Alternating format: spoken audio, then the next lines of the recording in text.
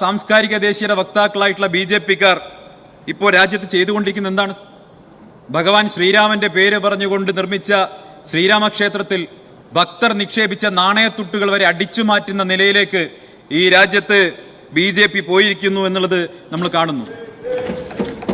അയോധ്യയിലെ ക്ഷേത്രത്തിലേക്ക് കോടാനുകോടി രൂപ സംഭാവന ചെയ്ത് ആ പണമൊന്നും ഇപ്പൊ കാണാനില്ല.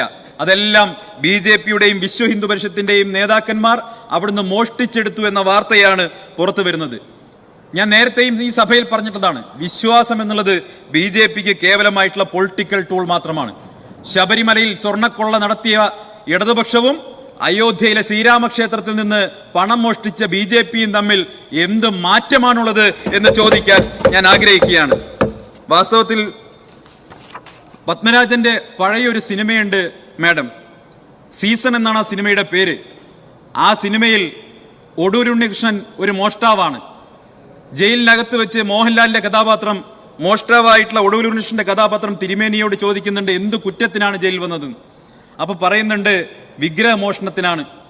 പക്ഷേ ഈ മോഷ്ടാവായിട്ടുള്ള ഒടൂർ ഉണ്ണികൃഷ്ണന്റെ തിരുമേനി എന്ന കഥാപാത്രം മയക്കുമരുന്ന് കച്ചവടക്കാരെ നിശിതമായി വിമർശിക്കുമ്പോൾ മോഹൻലാലിന്റെ കഥാപാത്രം ചോദിക്കുന്നുണ്ട് മയക്കുമരുന്ന് കച്ചവടം പോലെ തന്നെ മോശമല്ലേ വിഗ്രഹമോഷണവും?